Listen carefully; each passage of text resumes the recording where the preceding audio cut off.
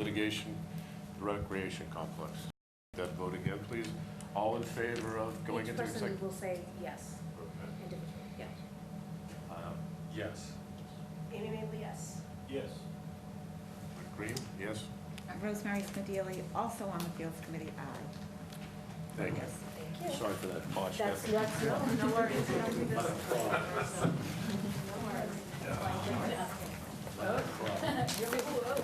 Next time I'll know. All right.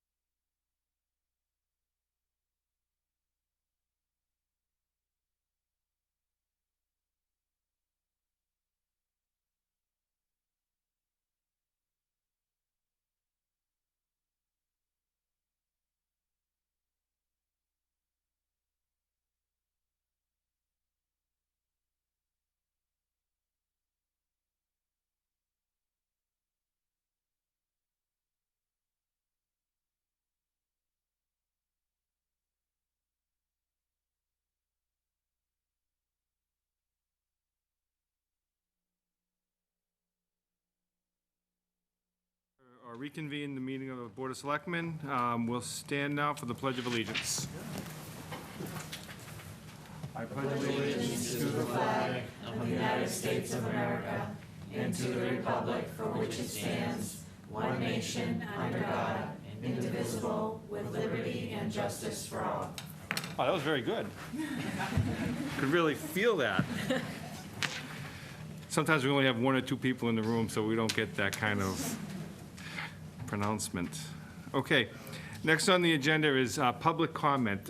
So I would ask anybody that wants to make public comment at this time, please do so. Come up to the podium, state your name and address, and also please sign in on the sheet up there with name and address, and then make your public comment. Any public comment tonight?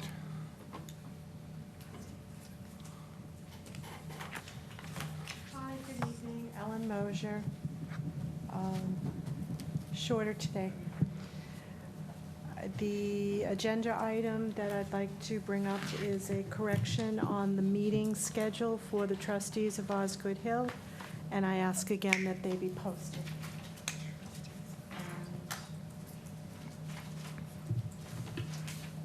There was just a December date that was still typed in as November, so I corrected it. But I would like the minutes posted, please, and I would like verification that they're up on the website.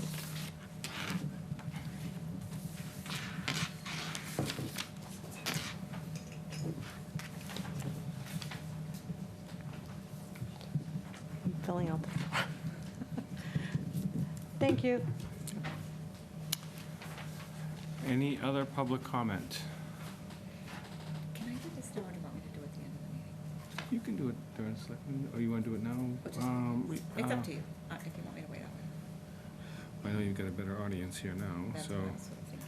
Okay, all right, take yours as public comment, go ahead. Okay. So as many of you are aware, we've had this for several years now. The North Andover Women's Club is doing a fashion show at the Stevens Estate. It's called Fashion That Rocks. It's Friday, October 25th at 6:30. And again, it's at the Stevens Estate Cash Bar and Hors d'oeuvres. Fashions are by Chico's, Dino's Furs, Joseph A. Bank, and Soft Surroundings. And tickets are $50. And you can get the telephone number on the website, or you can give me a call, or anybody on the committee. So for models, I'll list a few of them. We have our new town manager, Melissa Murphy Rodriguez. Poor thing, she comes to town and we say, how would you like to be a model? And she is agreed. We have our police and fire chief. We have the Davis brothers, one fireman, one police officer, Mike and Matt, as with the Crane brothers, Tim and Rob. Liz Aminsky, a firefighter, will be Superintendent Gilligan, Assistant Superintendent Business Manager Jim Mealy, Tim Campbell of Eagle East. We have a couple of merchants, Kelly from Rose and Dove, we have Mike Zanakis, and we have the owner of the knitting shop, and I wish I could remember the name of the shop. Those are just a few, but there will be other, what? A garden for knitters. A garden for knitters. Yeah. Thank you. I didn't know you were knitting. It's a Main Street business. I'm just saying, we should, if we're gonna, let's. And so, and again, it's just, it's a really fun night. We have music and a few other surprises. So we hope all the money that we raise in the North Andover Women's Club all goes to things in town. We literally, our function is to raise money and give it away to good causes in town. And we've had some really good things with scholarships and all kinds of great things. So we hope you'll consider it. And it's a night for women and men, because the men love to tease the living daylights out of their comrades who are male models and stuff like that. So it's a lot of fun. So we hope you can make it. Thank you I appreciate that. Any other public comment?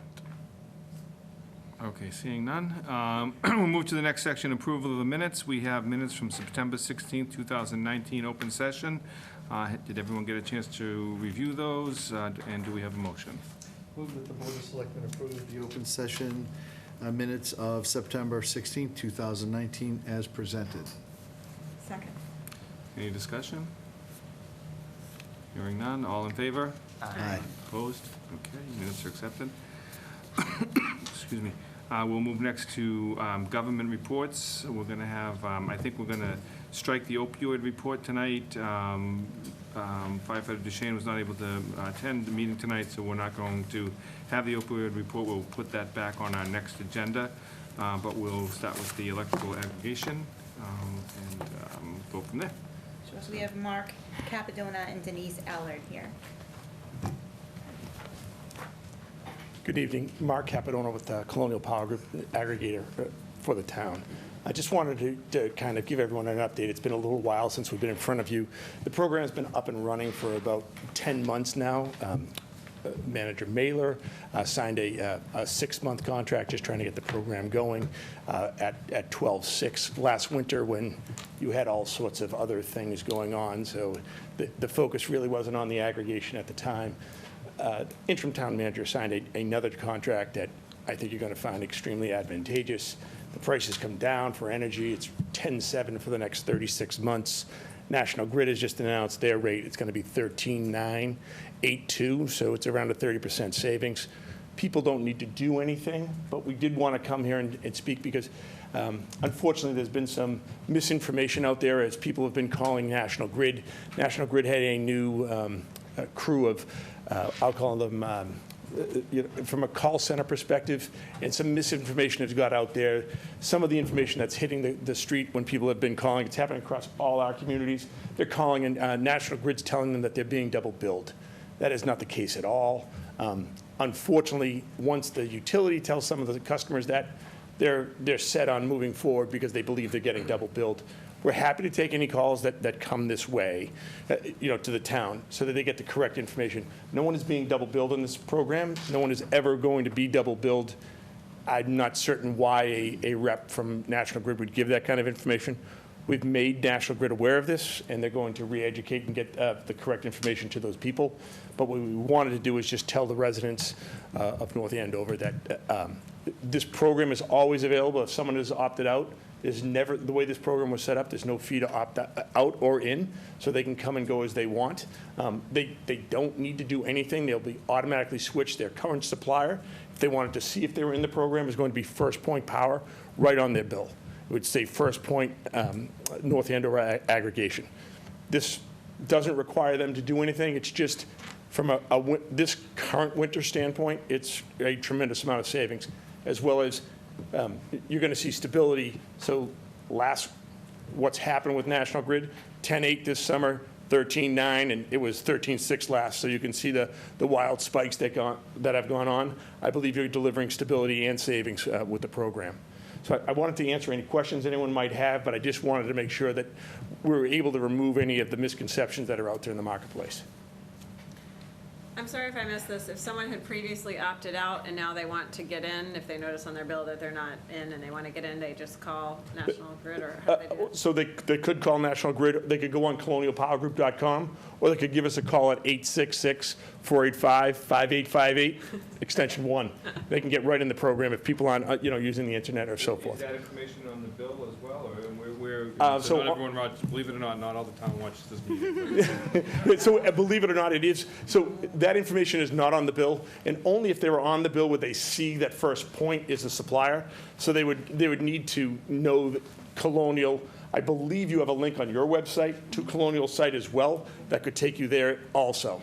And again, no one's ever going to try to hold anyone in this program. This program is just a choice that you've brought to them, given what's gone on in past winters.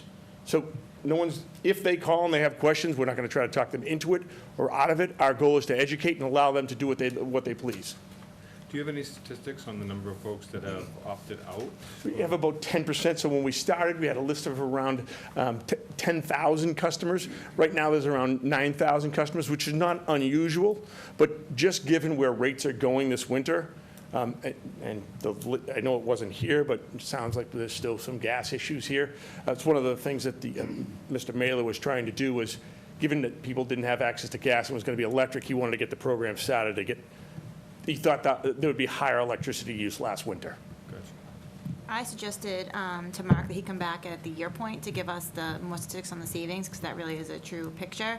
But correct me if I'm wrong, at this point, between residents and small businesses, we're seeing about $40,000 in savings. That's a correct statement. That's a correct statement right now. Although I expect it to expand tremendously over this winter, probably mid to high 6-figure number, just given the 3-cent variation in price. It's amazing. Okay. So when would that be? When would the year point be? Would it be December or? Q1, right? Q1, correct. And so the unfortunate thing for us is, for us to get Q1 numbers, we're back around 3 months. That's an unfortunate situation. So in electricity, you're about 3 months behind on what, you use the energy, then you pay for it, and then by the time they report on it and settle it up, it's 3 months. Okay. So Q1, we won't have until Q2 Okay. of '20. But I'm happy to come back at any time, and if, I spoke with the manager today, if for some reason we think that it's necessary to further educate maybe the Council on Aging or something like that, happy to have an information session at any time. They actually have occasional meetings where it is just for informational purposes. It's at the senior center, and they'd love to have a speaker on it, I'm sure. I'm happy to reach out and see if they need anyone to do that. Do it all the time, 2-3 times a week. So we're happy to educate in that standpoint. We just wanted to make sure that the word got out, because across lots of our towns, that misinformation of, oh, you're being double billed, when you're never being double billed from National Grid. That means you're being charged twice, and it just doesn't make sense. But once you hear that, it's hard to get, it's the utility, right? And the one thing I would say is, given National Grid's price, no one wants to hear this, the phones will be ringing, and you'll get tons of mail. No one from this program is going to be calling you. So believe it or not, suppliers will try to act as if they are part of the program and calling you on behalf of it. So they get pretty wise to these programs. They're widespread across the state. So just know that nobody from the town or the program is calling. So if they're telling you that, more likely than not, you have a marketing call from a third-party supplier. Interesting. Any other questions? Or? Just a point of information, when you click on the town's website, the Community Choice Power Supply Program is right on the main menu, a link to more information. Maybe we could push it on the social media too, as a reminder? Put a slide on the access station too. Yeah, and they're going to be doing an outreach next month, correct? They're doing a mailer next month? Is that correct? Well, just to the basic service customers to kind of alert them to the program. We can certainly give you an updated public notice with information that can go on the website as well as cable. So just through churn, every quarter or so, we'll check.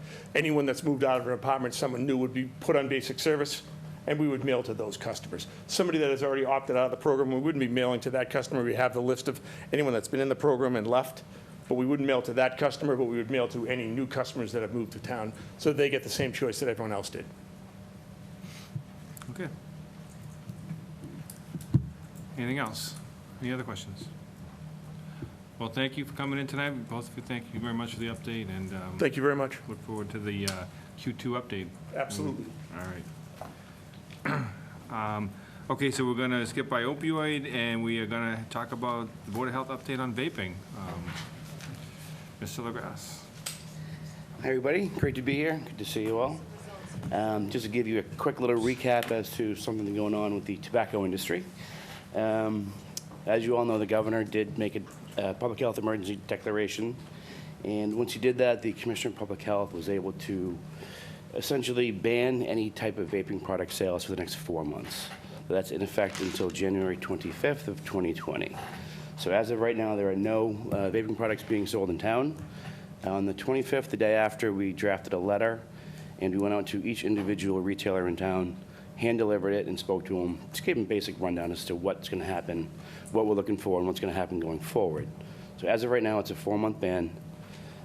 We have touched base with every retailer twice. We did follow up the following week just to see if they had any more questions, any issues, any problems, any compliance issues, things like that. So as of right now, we're status quo with the ban. Everybody is complying. There's been no issues at all.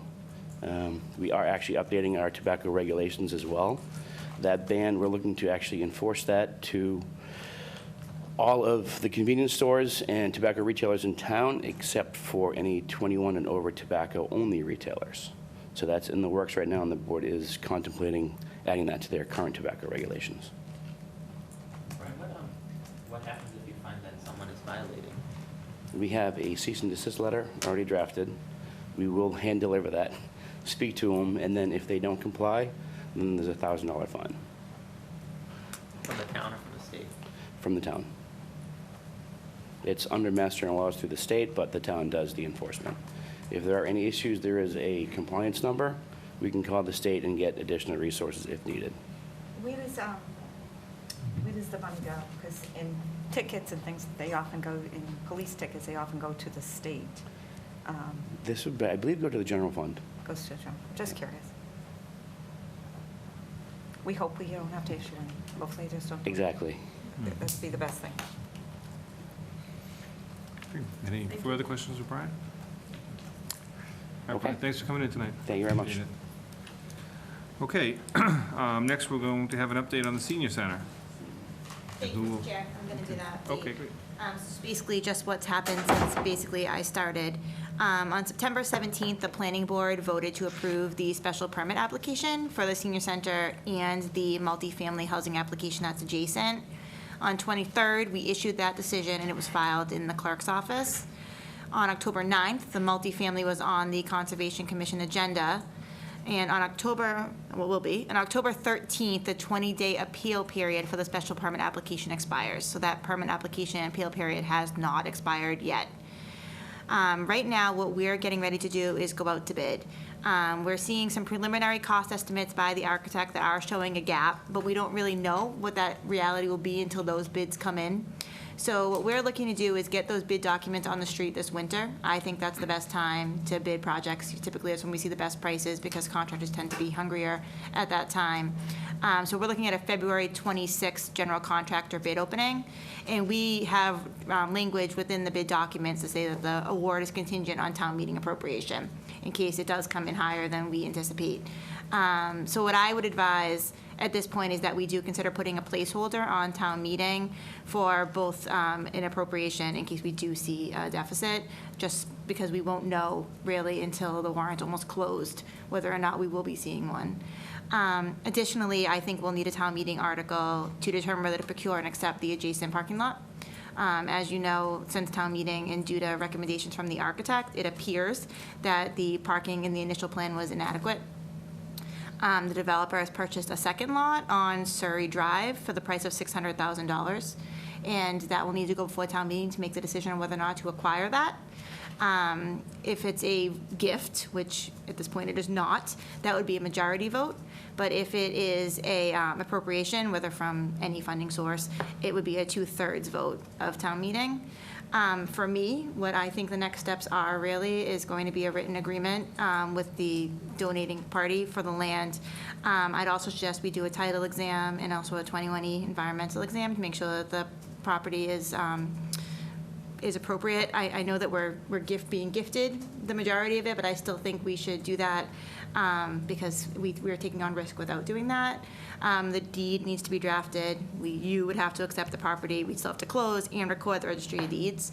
And for me, I think it's very important for us to get site control before we sign any contracts with any contractors. So I'd like to begin all of those steps to get the site kind of ready as soon as town meeting is over. We'd like to commence construction as soon as June. So there's a lot of things that need to happen, and there's actually been a lot of things that have been happening in the background, but there is a lot of kind of paperwork and due diligence that I think still needs to be completed. I agree with you on the 21E. For people at home who don't know what that is, it's, so if there is a problem on the site, we own it. So Right. you like a 21E to make sure it's a clean site. And it could be just something simple as an old farmer emptied his tractor of oil. It could be something stupid like that that Right. just. But we want to know before we start digging, right? Absolutely. So if they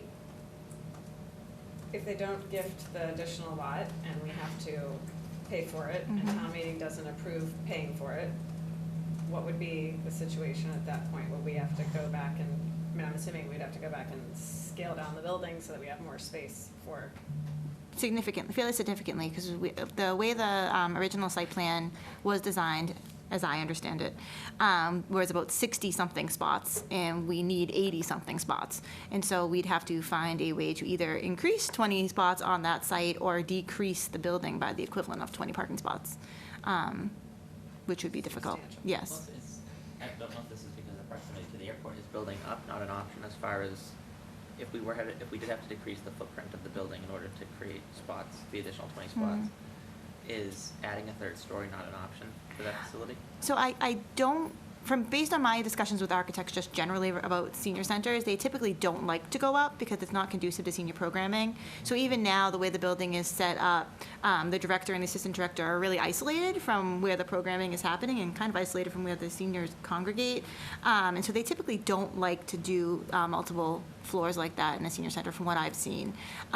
Even the architect that they're using is the same architect who's done a lot of different properties, specifically the Wellesley Senior Center, which is kind of a beacon of senior centers in the area. And so even just the orientation of the building to the parking lot, creating parking spots that are bigger in nature and that are easy to maneuver has really been a priority because obviously senior safety and driving can be different. So we're really focusing on that right now. And so I don't think going up would be a viable solution, unfortunately. So what about, it just kind of following through that scenario, how many staff use parking spots do we expect?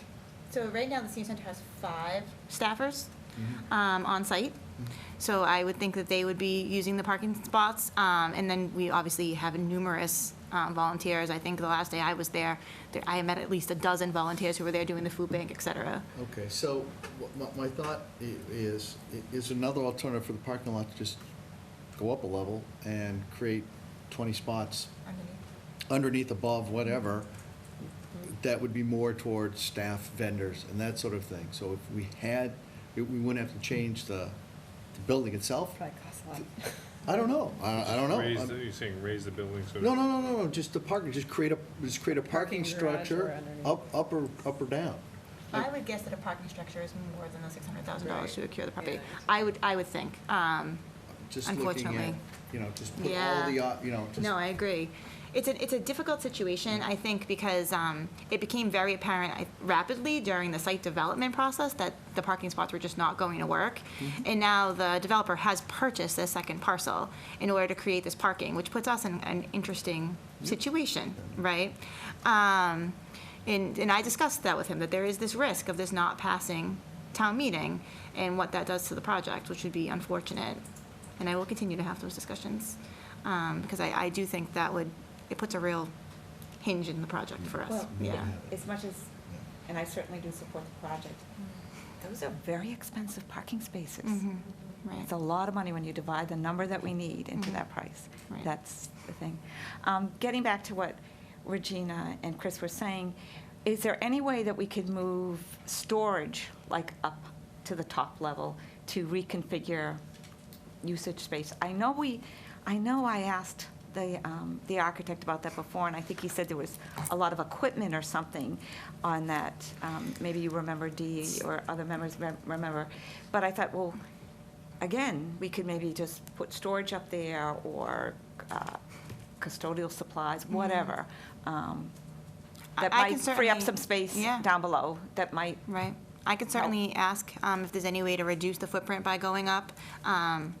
I don't know how much discussion there has been on that coming in, kind of where I am at this point. I will say that the project has been approved and site plan with the second parking lot, with the additional parking lot. So, we'd have to reopen the application. I wasn't talking necessarily Yeah. lifting the roof of the building, just making use of what would be like attic space or something like that. Okay, got it.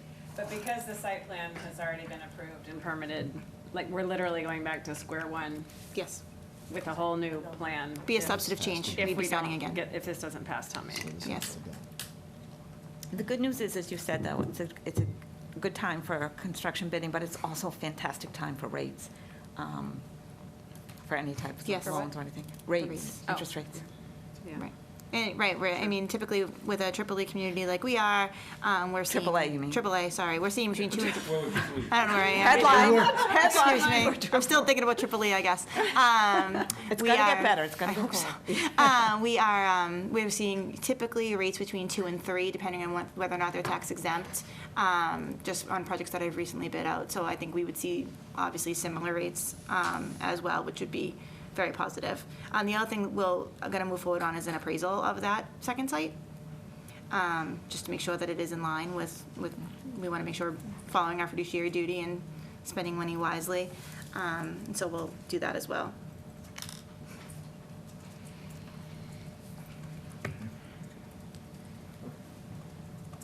Any other questions or comments?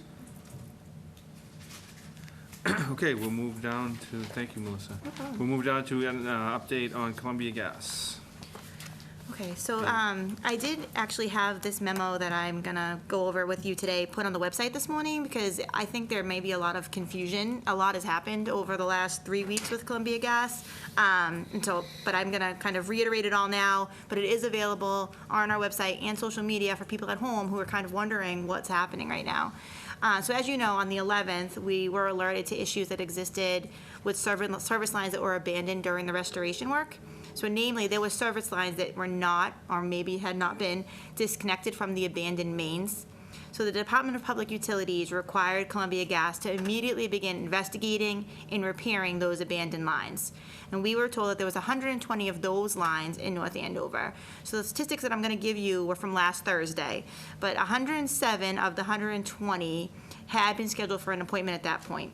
That is much better than our surrounding communities at this point. We really have gotten a lot of people, and that's thanks to Selectman DeCollegiero, who actually suggested that we reach out to people who weren't making appointments, and the planning staff did that. They actually went door to door and encouraged people to make appointments. I will say our own library was one of these missed connections, so it's been interesting. 68 of those 120 have been inspected. 54 were found to be correctly disconnected. 7 were found not to be disconnected from the main, and 7 required further verification. So if it's further verification, what happens is they're going in from the outside. They just couldn't tell internally if it worked or not. And then on September 27th, as you all know, there was a grade 1 gas leak in Lawrence. And during the investigation of that work, it became apparent that Columbia Gas had failed to follow the required procedures for the abandonment of the gate boxes. And if the company had followed those procedures, this gas leak would never have happened. So during that investigation, Columbia Gas actually went through and inspected all of the restoration work that was done over 8 miles in 3 communities and found 43 different valve boxes that had to be either remediated or that had been remediated, but they hadn't realized that they had remediated them. As a result of those 2 events, the DPU opened several investigations regarding Columbia Gas. We received 2 notifications from them last week. One was mandating a third-party audit of all of the gas line pipework that was done during the restoration. And I'm happy to say that the secretary has actually said that a representative from each of the towns will be able to be a part of that third-party audit, so we'll have an inspector with them as well, which I think is great. And 2, they're placing a moratorium on all non-emergency work statewide. And that's being required for 2 reasons. 1, obviously due to all of the concerns, DPU saying we don't want you doing work right now. And 2, to ensure that all of the company's resources are here in North Andover and over in Lawrence doing the emergency work that we need completed, namely these compliance checks and any restoration work that hasn't been done yet. Every other thing that needs to be done, any other work they want to do, has to be approved by DPU and is limited really just to new connections. So if you have somebody who has electric and wants to go to gas, they may be allowed to do those. And if you have new complexes, new houses that are coming on, they may be allowed to run those lines, but they have to get permission for each and every single one of those services from the state. Now, what I will say is, you know, a lot of the concerns and questions I've been getting is, why, if there I have a moratorium, do I see so many trucks? And because that was the purpose of this. They wanted everybody here doing the work here. So we're going to be seeing more trucks than usual, and I know that's causing angst for a lot of people. But that's because they're here doing all the work on a quick time frame. So they are supposed to have all of this compliance work done by October 15th-ish, mid-October. I did hear today that they're still making appointments out till the week of October 22nd, so I think they're a little bit behind schedule on that. I'm assuming because of the leak, but hopefully with more resources, we should have all those compliance checks completed shortly. That's where we See, are. And I think that may have been the root of some of the problems, is they had so many people here, so many trucks here, so many people brought in from all over the country. Not that they weren't skilled in what they were doing, but they had, you know, some of them wanted to get home, some of them, and they trying to get to these deadlines that they were hitting, or trying to get to, and, you know, and there was just so many different organizations, there were different parts of Columbia Gas here. So I would just, you know, I'd like to caution them to be careful, but first of all, setting the deadlines and bringing in so many trucks to just make sure that they're doing the job correctly this time. Because it seems like they were just trying to get the job done, and they weren't really doing the quality work. Yes. You know, and maybe there's regulations in other states that didn't really, that weren't, or there's regulations here that weren't from other states when they were doing it, so. It's true. You know, so that would be my feedback to them, is just, well, let's make sure the job is done, a quality job is done this time.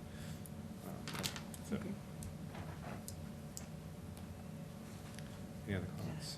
It's egregious. So It is. we're seeing reports of residents who have, unrelated to all the gas work, unrelated to this new gas issue, where their boilers or furnaces aren't working correctly, or the temperatures aren't set the right way. What's the best, you're one of those residents, what's the best way that they should move forward? Why don't you have them reach out to my office, and then we can work as a liaison between them and the company. I think the only way we're really going to know what's happening is if we're kind of keeping track of those as well. And if it's an inherent issue, I think we want to know about it. And we're still doing weekly calls with Columbia Gas. And so we can at least be bringing them up then, too, if we know those are happening. But I'm happy to kind of liaison between the residents and our government and the government liaison at Columbia Gas. So they've identified a person that you can at least work with, so it's not like you have to jump through any No. type of weird hoops, and, Yep. because I feel like that's important, that they're able to be connected the right way. Like, for instance, I was given a phone number initially yesterday for someone to call, wasn't the right number at all, Right. and so it was one of those, it actually turned out to be a North Andover business owner who lived in Andover, who got a phone number for me, but then a Lawrence City Councilor got the right number. It's Yeah. stupid that they did this, so I appreciate your patience that you dove right into this, and there's a lot to catch up on. Trying. We're getting there. But having said that, you have done yeoman's work of keeping us informed Thank you. on all of this, and it's really appreciated. Good. Thank you.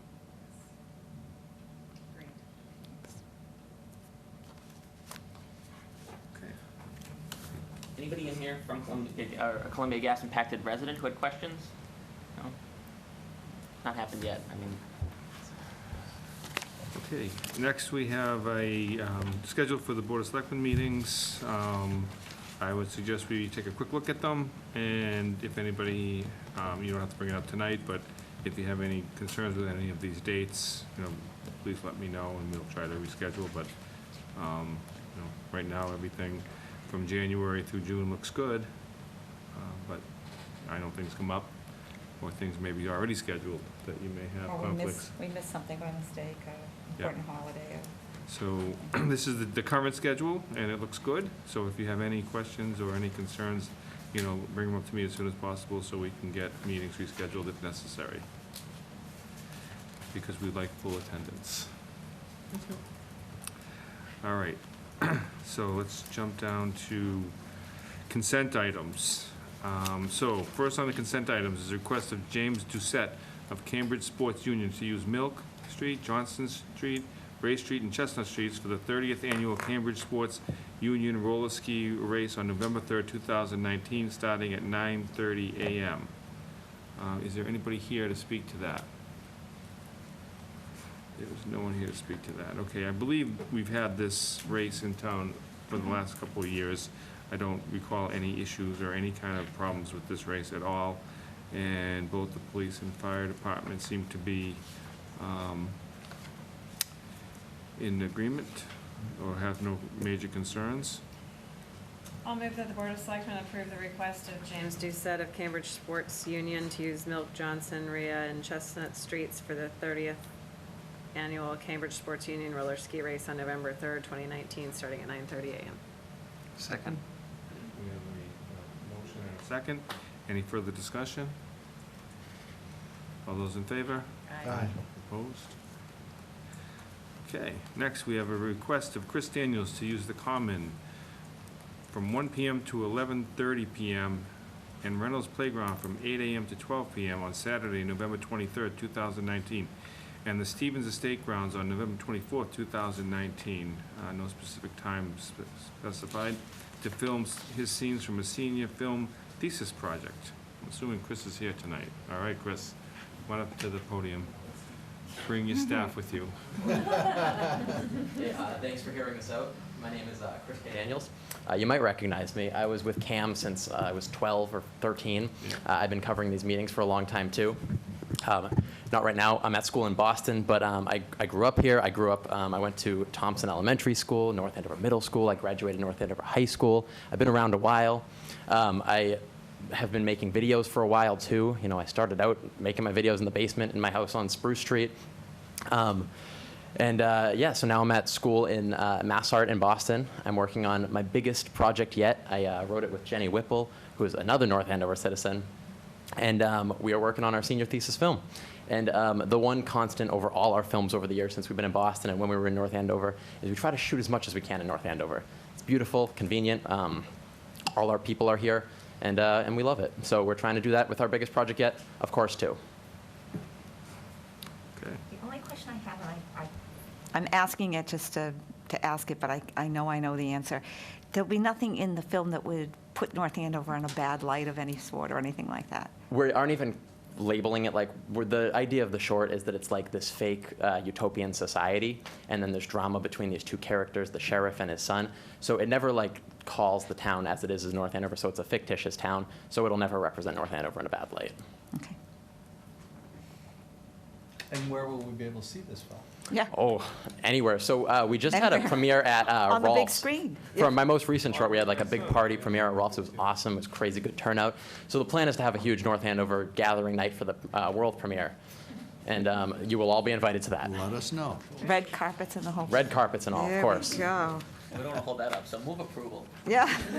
Second. Okay, we have a motion second. My only question is, do you know if there's any events going on at the Stevens Estate on that particular day that you requested? I don't think there is, right? Do we know that? Laurie? I asked Laurie. Laurie said, Laurie Laurie already checked. checked. Okay. There's nothing. Yes. Okay, so there's no events? We're good. Beautiful. All right, thank you. Okay. Cool. Okay, so we have a motion and a second for approval. Any further discussion? All in favor? Aye. Well, good luck. We can't wait to see the Thank you. film. Thank you so and, much. We'll keep you updated. Yeah, sounds great. Thank you. Thank you.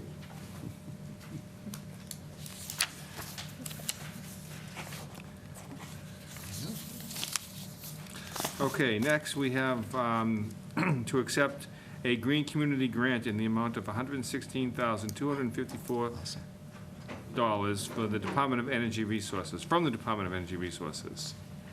Who would like to speak to that? So $79,706 is for LED lighting at the middle school, and $36,548 is for LED lighting at the water treatment plant. And Dee went in town and accepted the grant on behalf of the town. Oh, gee, well, thank you. Sure you've seen the Deposited pictures. the check, Yep, right? yep. So what would be the anticipated savings? It's exciting. It's exciting. That's a great question. Do you know what the anticipated savings are on the application? I don't know. Laurie knows. Laurie knows everything. It might be in the packet.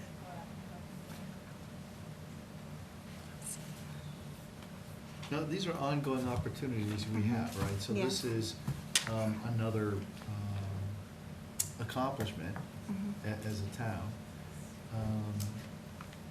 How's our track record look compared to other communities? Any sense of how aggressively we're doing?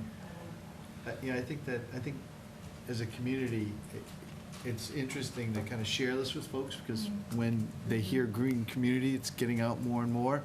It's nice to say, hey, we've had success with this, and just some sense of kind of how we're doing. And I think it's just, there's a civic pride, but it also tunes people in to, that there are opportunities. So that would be great. Yeah, to and this share. is because we were designated as a green community Right. about 4 years ago. So it made us eligible for these grants, right? Was it 4 years ago? 2017. 2017. Yeah, 17. 2 years. And then they have a competitive round usually every year. So we've been able to get funds in the last 2 competitive rounds.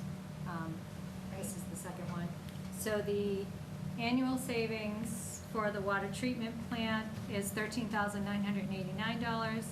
And the annual savings for the middle school is $15,343.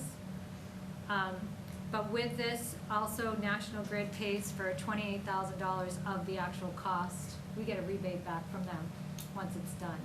So between the grant and the rebate, the town doesn't pay anything. Right, in 2019, you did an LED streetlight project. Right. That was $344,804. And in 2017, it looks like we received $169,390 for electric vehicles, charging stations, that, yeah. and more LED lighting at the middle school.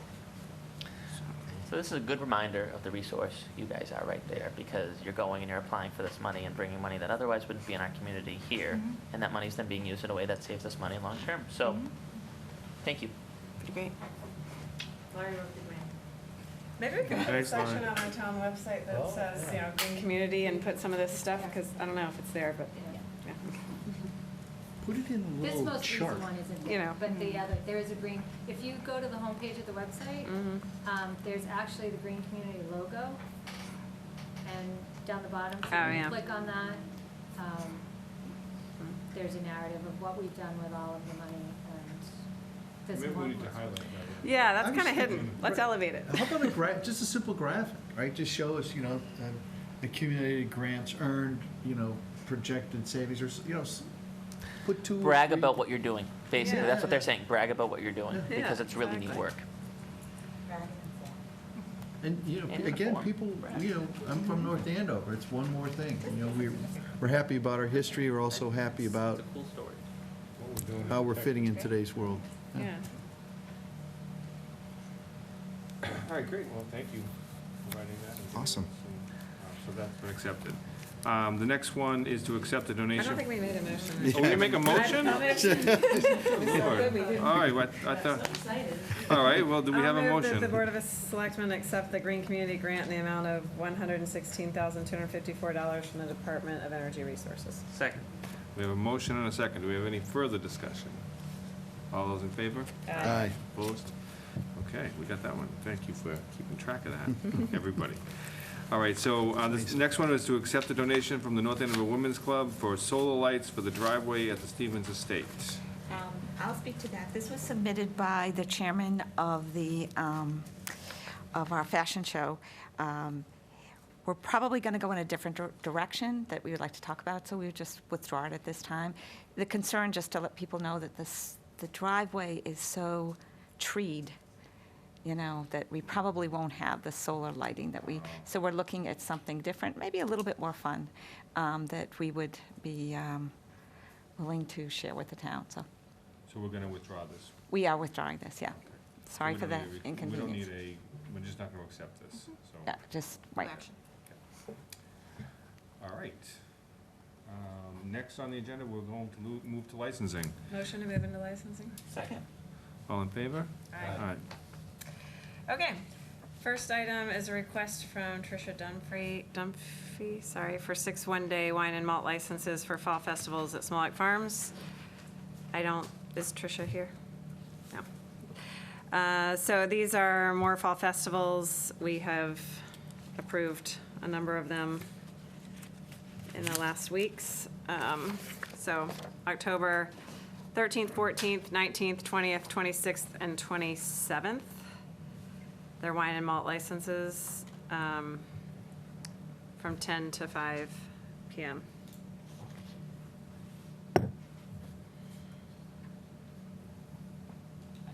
Pretty standard. Yeah. Second? Any further discussion on these? All in favor? Aye. Any opposed? Motion passes. Okay, the next item is a request from Catherine Bibbo for 23 one-day all-alcohol licenses for winter lights at Stephen Coolidge Place from 5 to 8 p.m. They're the Thursday through Sunday date chunks from November 21st to December 26th. Is Catherine here or anyone here to speak to that? Okay, so, yes, we did, I see we have some residents here who I know emailed us. I don't know if you guys got a chance to read those. I did. I'll offer the opportunity for you guys. Do we do that? Is this public forum? Yeah, I mean, I'd welcome you to say your comments. Otherwise, I'll summarize what you sent to the board for the public and. I figured Kelly Farm Hearing was at 169 Andover Street. So just in general, this particular license, when we saw it at the residents of Wood Lane, saw it on the agenda, it was 4 nights during a week for over a month during Thanksgiving and Christmas to turn the estate into an outdoor bar. So really, is that what the special permits are meant for? Is that what should happen in an R3 residential district? So I would really ask the board, honestly, to deny it. Thank you. So, sorry. So I mean, I will throw out there, I took a look at our alcohol beverage regulations.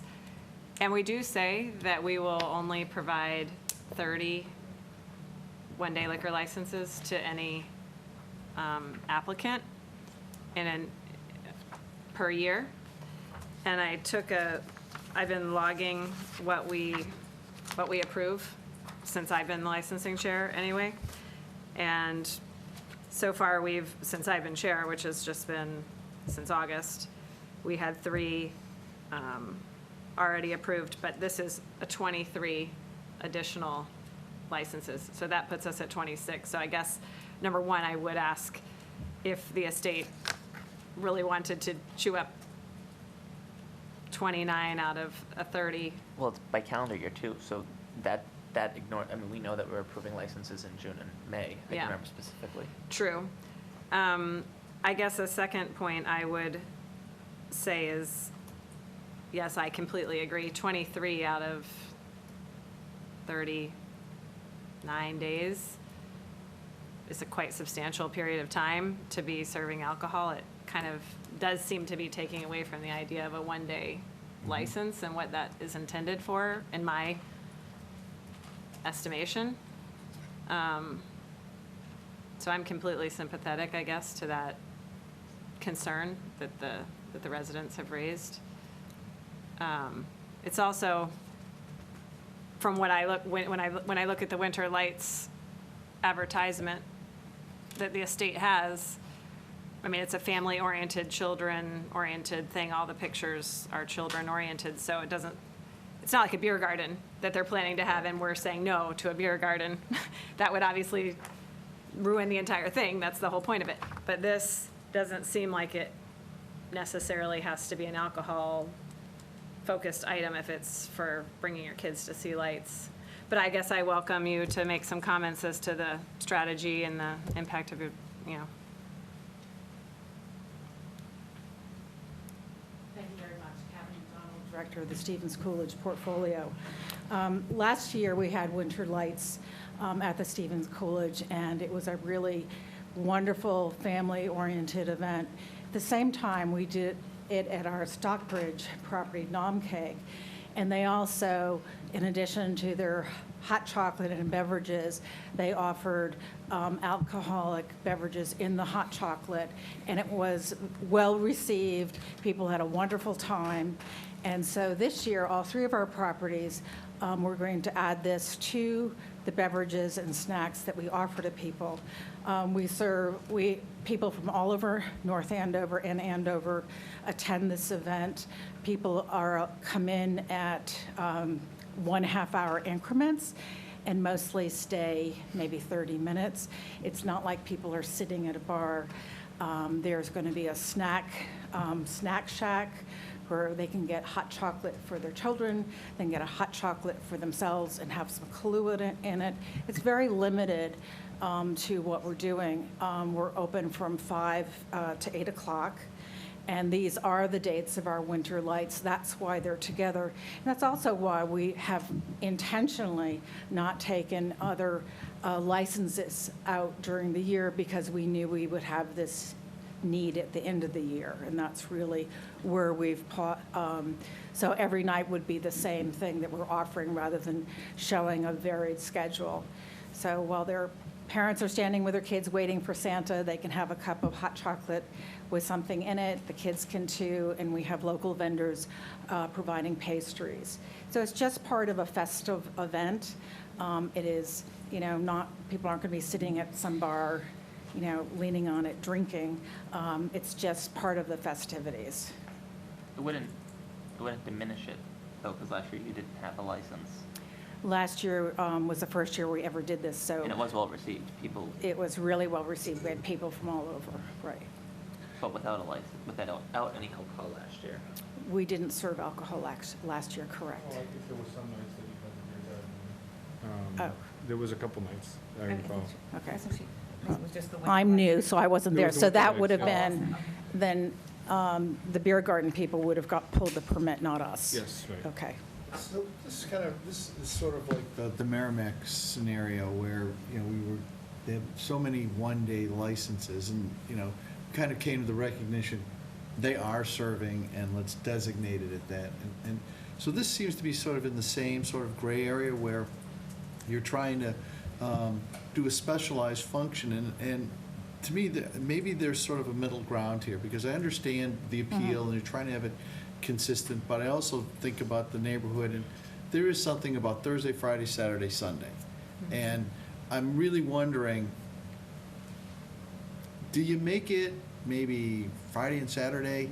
Because how much Thursday, how much Sunday, then there's sort of a balance there. And if it's not really the focal point, I think to what you were saying earlier, Phil, this has had success without it. You're trying to enhance it. Right. Maybe incremental is the way to do it here. Just kind of my general feeling. I don't know if some sense about that potentially. I do have a lot of sympathy for the neighbors. I mean, Yeah. this isn't, and it is an R3, it is I think there's a lot of value that you bring with the events that you have over there. I think that you bring a lot of people. I know you said from Andover, North Andover. I Right. think you bring a lot of people from far beyond. Yeah, that's a great thing for our town. But I think that when you move onto Main Street, and you move next to businesses, you expect a certain amount of business that takes place. I think when you move into this neighborhood, I don't necessarily know that they were going to expect their entire holiday season to be consumed by all this traffic, and adding drinking to adding drinking to it as well. I don't think it harms your event to not have alcohol added.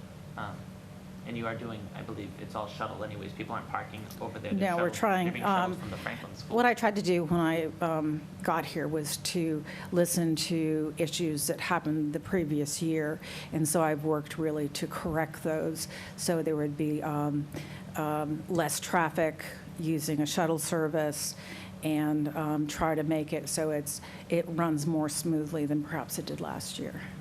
Well, thank you, because that was when it was first brought up by some residents, seeing that at least people weren't going to be parked right there along the street. Right. You don't know what type of weather we're going to have. To see that it was a shuttle was good to see. Right, thank you. What were the hours of, because I think it was 5. It's and 5 to 8. If you're parking at the school, I mean, the school has Kid Stop after school care from Correct. till On 6. Thursday and How are you Friday. going to manage that? I assume you went to the school committee or Yes. someone and got approval to do your I've parking been there. talking to the principal.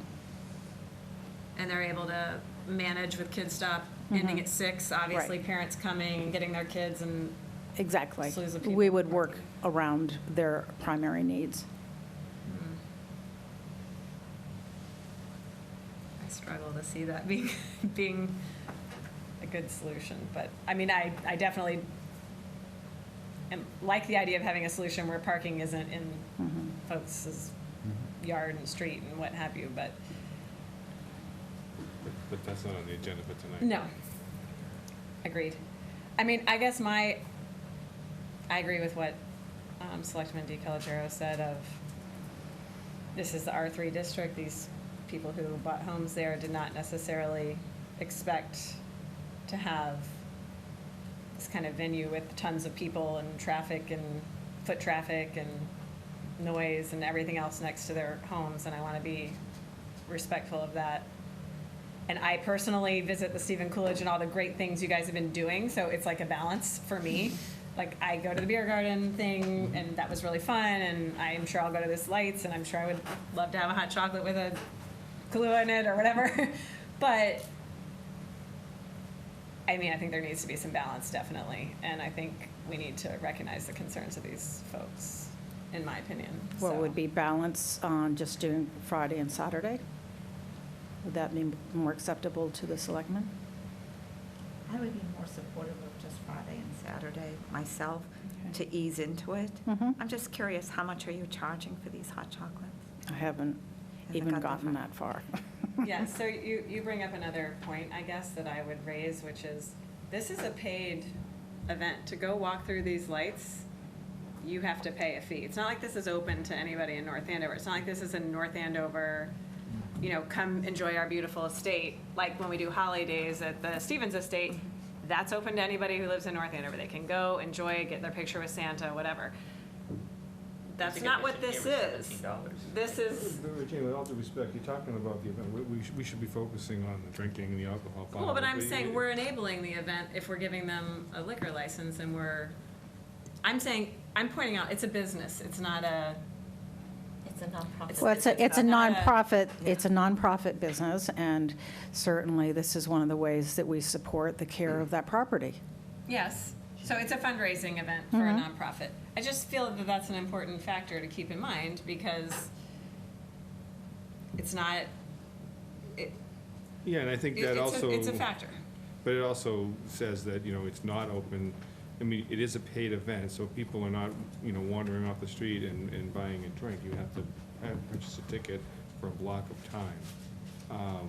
Yeah. I agree, when I saw 23 days, it does seem like an excessive amount. So I think, in the spirit of compromise, if we were to think about just reducing that to, again, maybe a Friday and Saturday event, so you can still have, obviously the event is gonna go on, the dates, whether or not they have serving alcohol or not, it's still gonna be there, it's still gonna be a paid Right. event.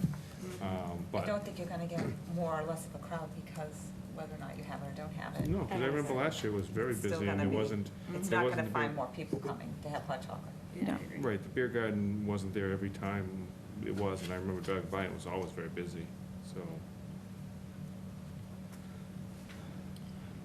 Okay, so do I have a motion, or do we, I guess we can discuss it. Technically, I guess we were supposed to discuss it after the motion, but We did anyway. Well, so when does this start? In So, The 21st of 21st November? so November 21st. And do we have a meeting before then? Do we have another one of our meetings before then? I'm just Oh, yeah. thinking Yeah. maybe you might want Go to back and- table it for tonight and come back with a different, although we have neighbors here tonight, so I don't want to suggest that we would have to come back. But did you want to reconsider, or would you rather us? No, I think if you want to make a motion to amend the dates to Friday and Saturday, that would be acceptable.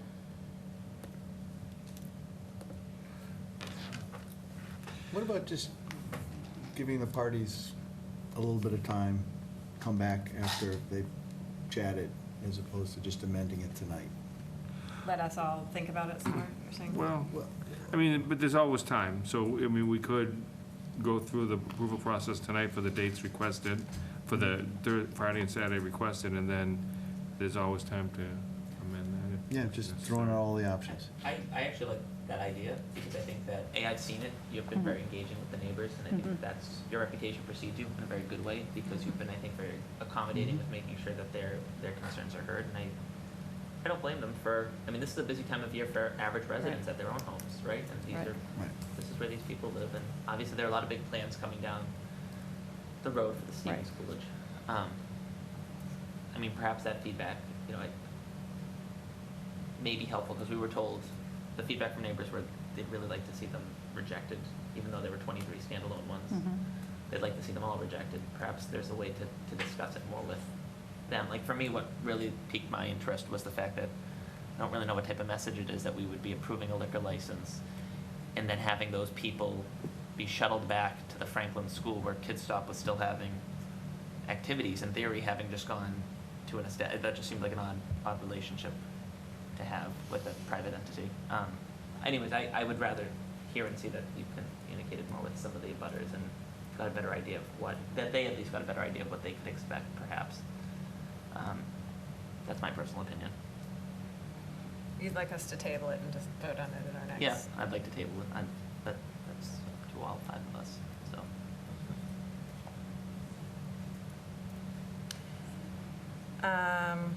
If I don't have a motion, then I guess we're tabling it, right? I think that's how that works. Just parliamentary procedure, should I motion to table it, or? I think you should motion. I think you should table it. motion to table it. 'cause Or we're continue already it to our next licensing. meeting. You can continue it to the next meeting. It's not publicly noticed as a public hearing, correct? So, Motion to continue to our next meeting, our next regularly scheduled meeting. Second. Any further discussion? All in favor? Aye. Any opposed? We'll discuss it again next week. Thank you. Next time, thank you. Do I hear a motion to move out of licensing? Motion to move out of licensing? Second. All in favor? Aye. Okay, get my agenda back, I lost it.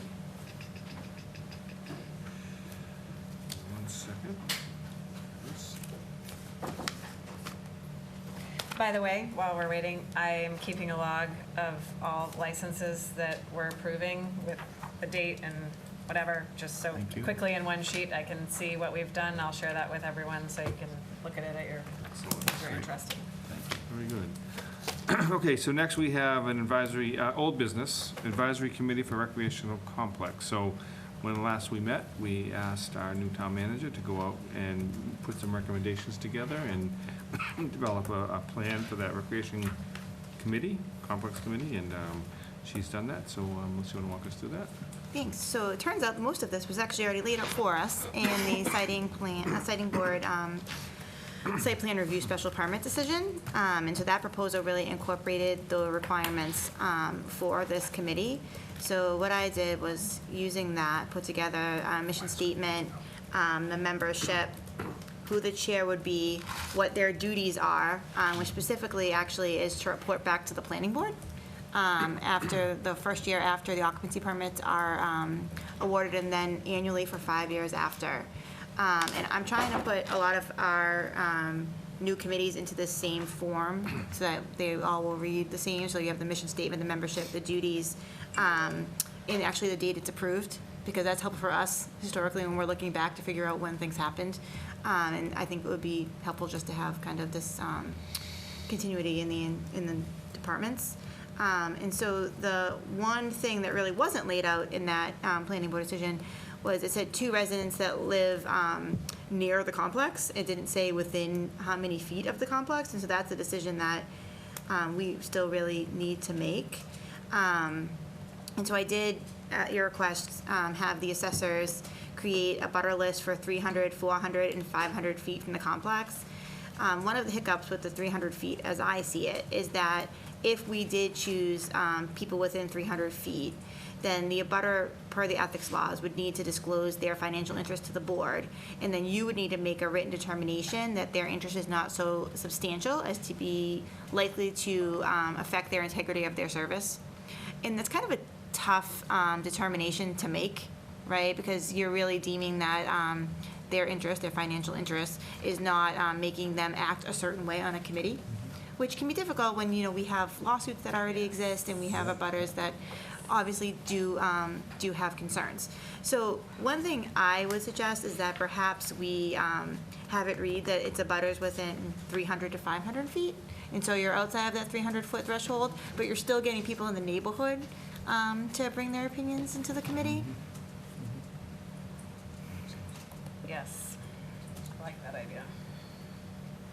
Because I don't see how we could ever make a determination that it's not in their financial interest. I mean, it's one of their motivating factors is what they perceive the interest, their house values and their property values. So was that almost a catch-22 though? I don't remember from the planning board discussions if that,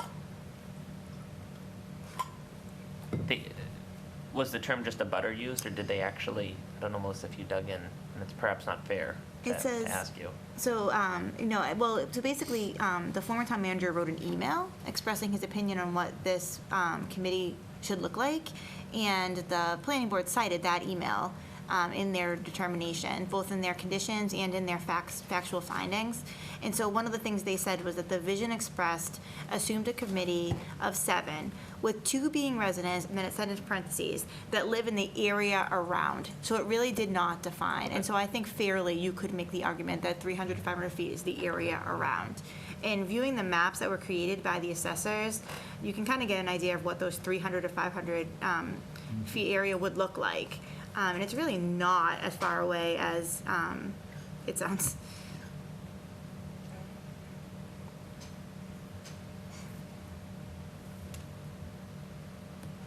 Some of these, of course, they're not residents, they might be owners, but they're not residents. Do we want to make? Yes, I think it should be residents only. I agree. Yeah, they should be I agree. owner occupied. I'm looking at some of these addresses, and I'm like, there is no way that's 300 feet. So I saw in the packet the map with the border showing you the numbers, or the houses that are in, but I didn't. If you go Can't to, quickly do the math. How many parcels is that that's between 300 and 500, do we know? So I don't. If you go to page 38 of that item, Yeah. right, that shows you the map, basically at the 300, 400, so small, 300, 400, 500, and 600 mark. And so that kind of gives you an idea of what the streets are. Let me see if I can. I didn't have it pulled for 300 to 500. Yeah. You know, so it kind of gives us a. I mean, I guess we just need to make sure we have a large enough pool. Yep. So maybe 300 to 600 would I think be- 300, 600 makes sense if you look Yeah. at that last map. Yeah, exactly. Because that definitely includes another row, Mm-hmm. you know, of homes.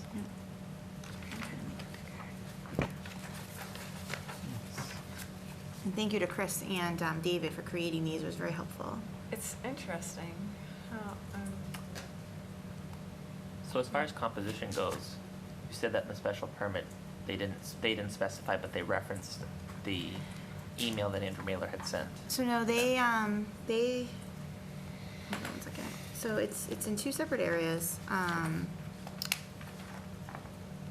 It's in the factual findings where they lay out who would be on that committee, or what the vision was that was expressed. And so it's from a February 7th email that Andrew sent, but they did incorporate in their findings these exact people that I put into the mission statement. And so my assumption is that they awarded this application based on the fact that this committee would be formed in this composition. So does that mean we don't have the flexibility to expand it potentially to a 9-member committee? I'm just thinking, so you know where I'm coming from. We had discussions previously about the idea of guaranteeing that there be at least one individual representing the senior center on this committee. And right now, I mean, that flexibility isn't there. Mm-hmm. We had also talked about the idea of having a representative of the athletic department and a representative of the school committee themselves, and not necessarily the school admin. And so, because at least with the school committee, it's a democratically elected body as well that can decide if it's amongst themselves or if they want to appoint their own representative to it, as opposed to a representative of the school administration. So does that potentially, would amending this by adding those 2 additional appointees be a problem, and/or? My opinion is that because that's in the factual finding and not so much in the conditions, you could, I think, add to the committee. I would not advise changing the composition that they've laid out in their factual findings, but I think you could technically add to it. I don't see anything in here that restricts the number.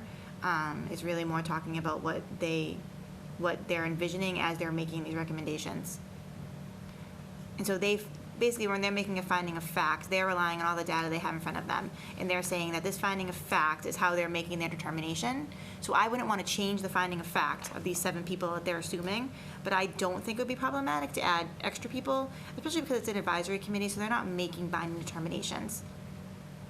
And I know that they're advising other town boards. I think it would be helpful to have, again, somebody from the athletic department represented on there, somebody from the senior center represented on there, and I do.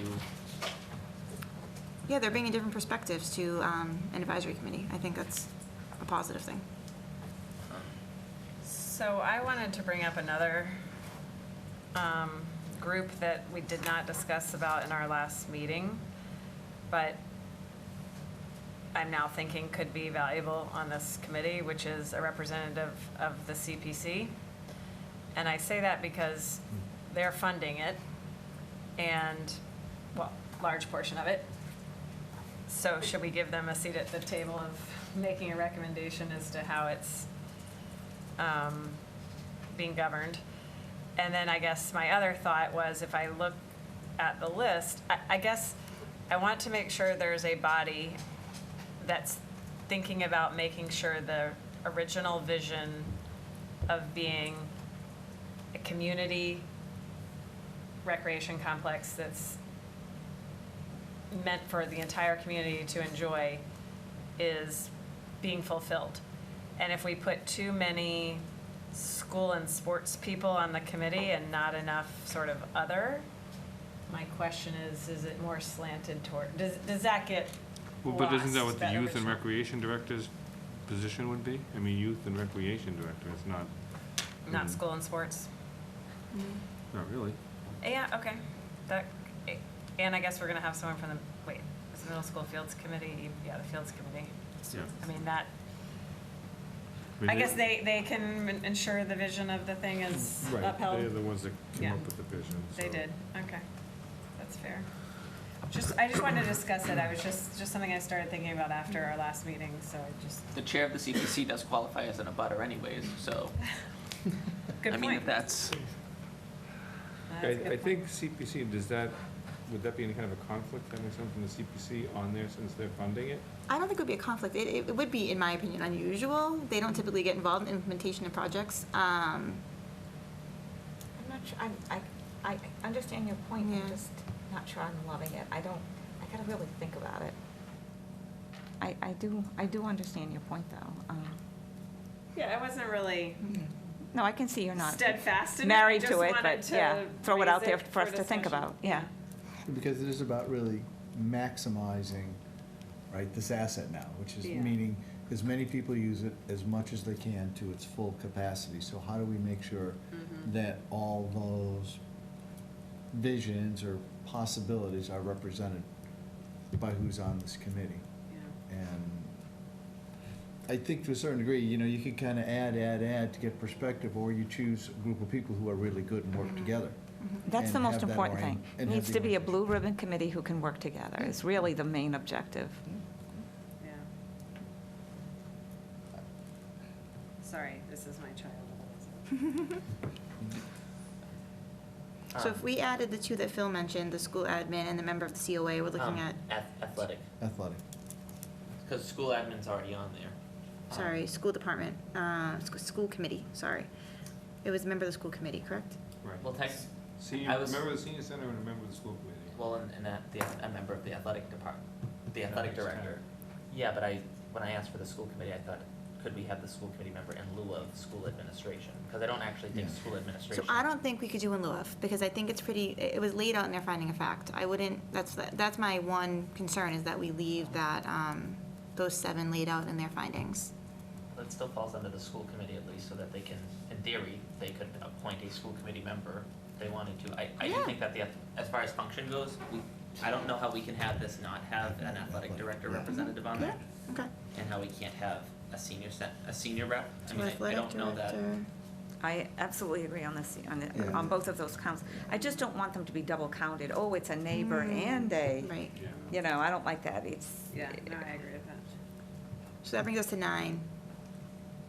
So what were the, Just getting- for my clarity, what were the two additions? A member of the senior center and the athletic director, specifically. Are there Or their designee.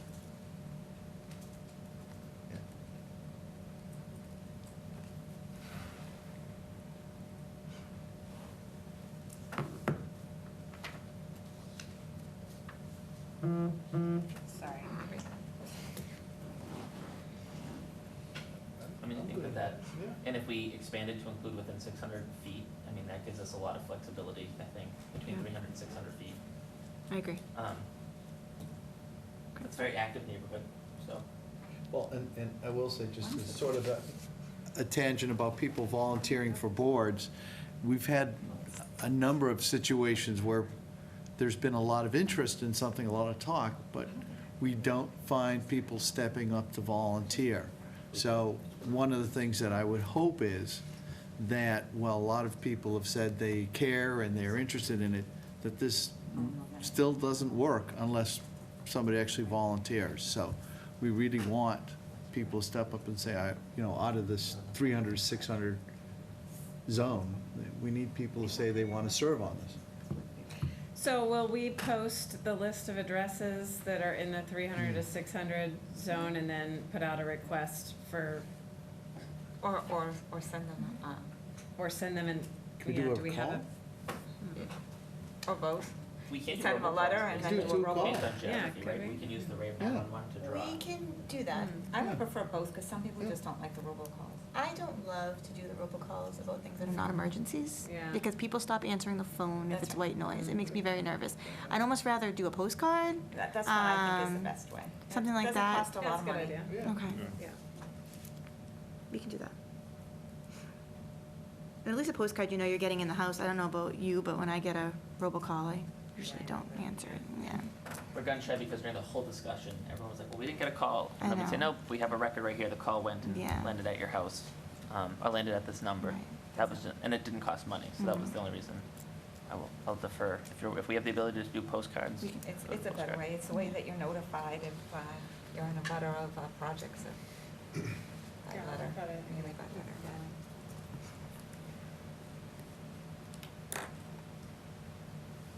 Oh, back to me. We done? So we're not taking a vote on that, right? That was just for review? Not for Are we vote. ready to vote on it? Because if we vote on it, we could get started on the outreach.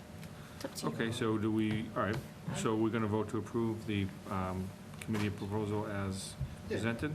So As moved. amended with the 300 to 600 feet as the resident with the requirement. amend- Got with the it. amendment. So Well, Senior center and a senior the- center Yep. representative and a As representative amended. from the Exactly. athletic department. So as Oh, wait, presented what with did we the. decide about, sorry, what did we decide about this school committee? Well, the school admin gets a rep, right? So, and we don't want to adjust that, so, that still would be, but that's, Yeah. okay. They could choose to send a member of the school committee as their, yeah. because, right, because technically, does that also apply to the school committee as well? Yes. They could choose to send that. Okay, sorry. So it's as presented with the additions, with the amendments for 2 additional members of the board, one being the athletic director and one being from the senior center, and then the increase in the footage to 600 feet for a neighbor. And was that it? Or was there anything else? Okay, so with those amendments, so we have a, we have a second? Second. Any further discussion? All in favor? Aye. Opposed? Okay. New business. So this is a discussion that we're gonna have about potential liaison assignments for members of this board to other boards as kind of, to give the board someone to communicate with if there are any issues or if there's anything they want to bring to our attention. Outside of our yearly update from these boards. We actually had that on the finance committee years ago, that we had a sitting member of the finance committee that would meet, like with the school department, or meet with public safety, and it was a good way, and they meet one-on-one and kind of go over a few things. I think it's a great idea. So, Melissa, I spoke to it, but it's your idea, so why don't you? No, I've just seen it work really well, and a lot of the things that we hear about is about communication and how sometimes people are working in silos, they don't really know what everybody else is doing, and so this is a way for us to make sure they're communicating with the board and that we're communicating with them what our expectations are as well. And it's nice to have that point person, that person to know who you're supposed to go to if you have an issue or something is coming up on your agenda that you're not sure about. And so it's certainly not a need to go to all of their meetings, but to, be that face that they have.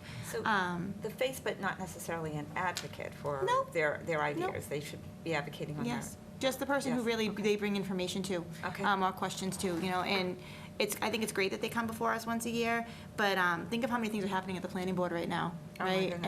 And just having that dialogue, I think, is really important. So if we were interested in doing this, what Laurie and I could work on is kind of setting up who all of the committees and commissions are, and then we could come, at our next meeting and start kind of filling people in on what they're interested in. Some of them we wouldn't have to do, because in some of them you already have a member who serves. So, for instance, the chair is on the Affordable Housing Trust, we wouldn't need a liaison, and Rosemary is on the Fields Committee, so we wouldn't need a liaison to that, because you're already a Patriotic member. Observance Committee, Right, yeah. exactly. But we'd pick the ones where we don't have that, and we'd create those relationships. And one of the things that we could do is when you've had correspondence from one of those committees or commissions, you could report on that during your selectmen reports. And so the whole committee is finding out really what's happening with the committees that way. I think it's good. Sounds good. Good, There's okay. nothing bad about it. So we'll start working on getting that ready. Okay. Back to the agenda.